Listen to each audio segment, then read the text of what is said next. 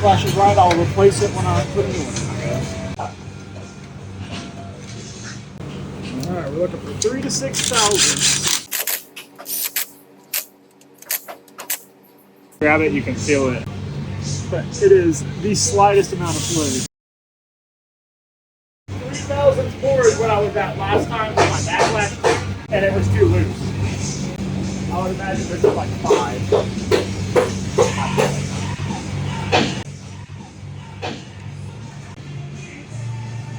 I'd say 4.5 is close enough to 5. That was pretty fucking. Mm-hmm. That was spot on. Usually, that's why I like doing eating walkers too. Usually, your setup with the stock shims and everything is pretty close. That ARB I did last week. Those aren't fun. I do not like doing ARBs.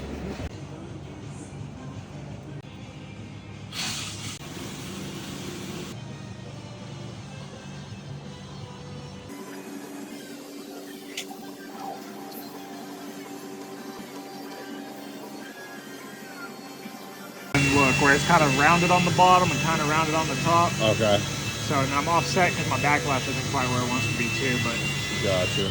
yeah, you see the sharp edges on the bottom of the, yeah, there's that sharp flat line. It's reading we're too deep in the pinion.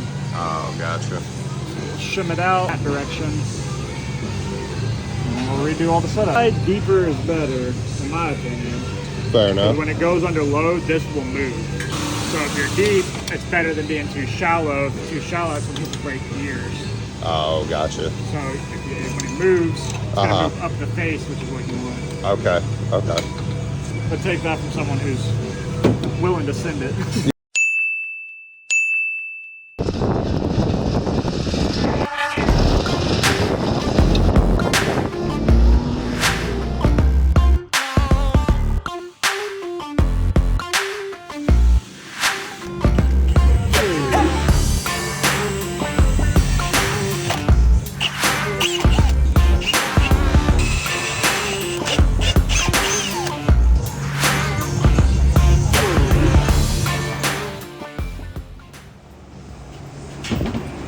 Decreasing backlash. So we're going to add shim to this left side to scoot this ring gear that way to tighten it up against the pinion some. So we're going to take some out of this one, add whatever to this one, and go in again, and hopefully we'll be where we need to be. I sure am getting tired of putting it in and out. So we're at 105 thousandths. There's a 3 thousandths. We'll add that to that side. So we're going to take 3 thousandths to this side. And there we are at 83, so we want to see 80. There's 70, so we need a 10.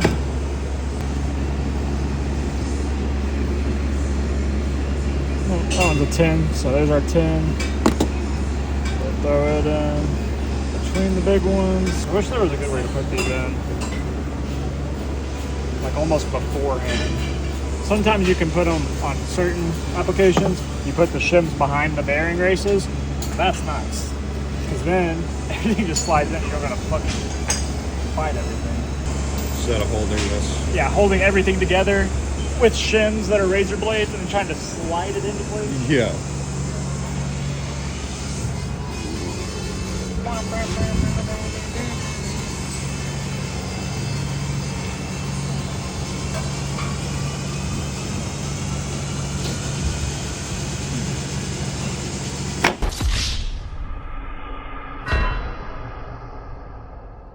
Yeah, holding everything together with shims that are razor blades and then trying to slide it into place.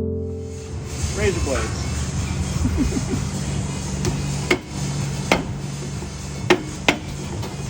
Something ain't happy.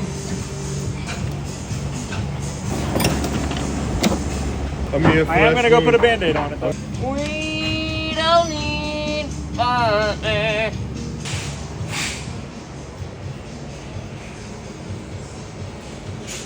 There's a good thing is we have these nylon band-aids.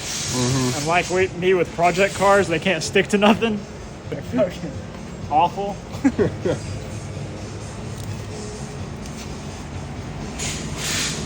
So we're gonna use a backwards knuckle bandage.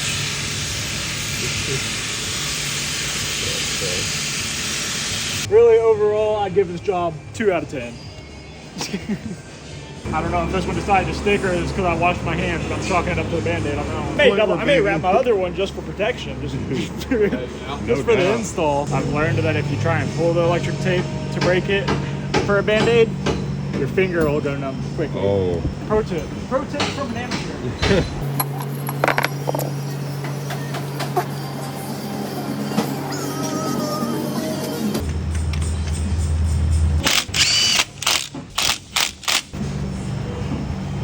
Alright, 3 to 6.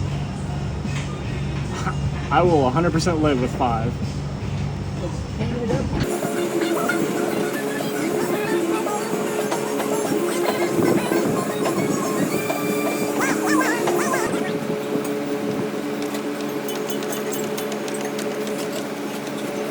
Oh yeah.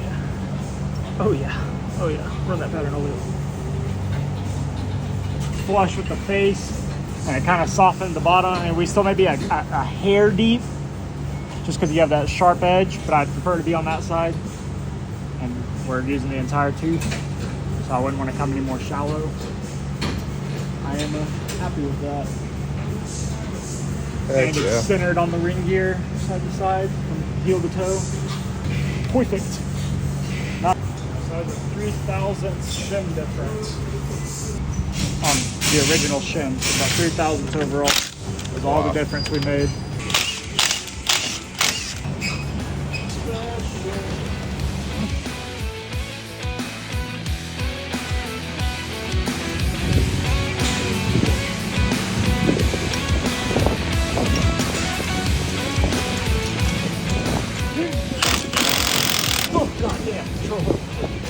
Lift off almost took me out. Hit me right in the temple.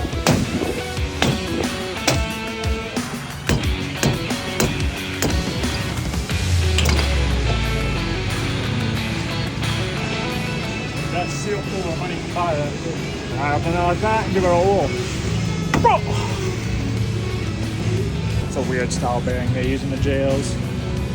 Looks like a necklace from Hot Topic in the 2000s. Big brand new car.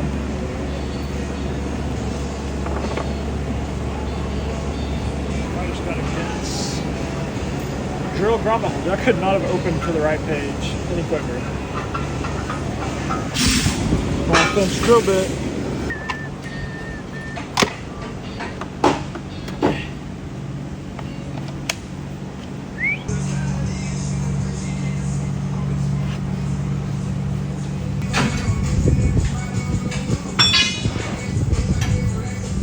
Very, very important part of the seal install process is putting the bearing back in place. I have forgot to do that more times than I would like to admit. Also, a nice 2x4. Give her a good.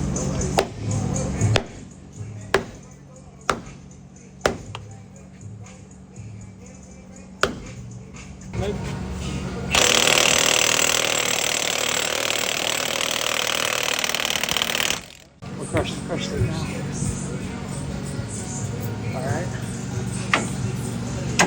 I'm gonna try and pre-crush the next crush so put it in the vise and just like squish it.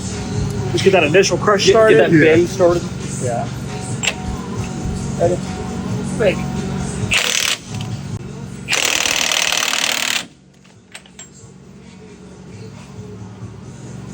Uh-oh.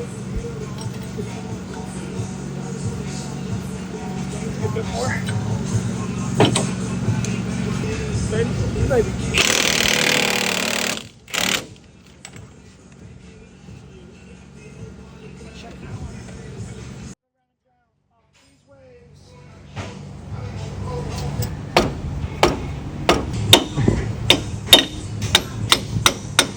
I'm like a big dog. I don't know how big I am. Bumping into shit all the time. Oh boy. 160 pounds soaking wet. This that Grey Poupon that ate me down that tag top.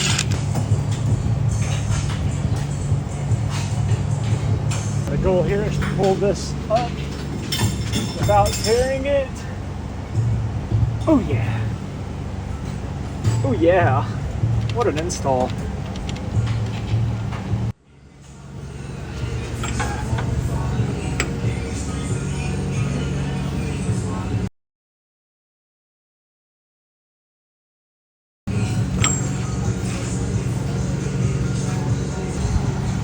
true value real quick. All right, so drive pinion total torque to rotate, 13 to 21 inch-pounds, correct?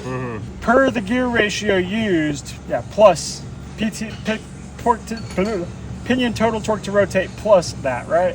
That's kind of how I'm taking it.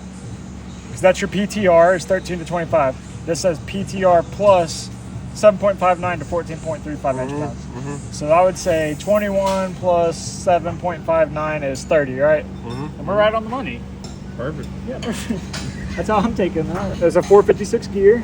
Yeah. Feels good. These are weird because these have very tight pinions and they have very tight backlash.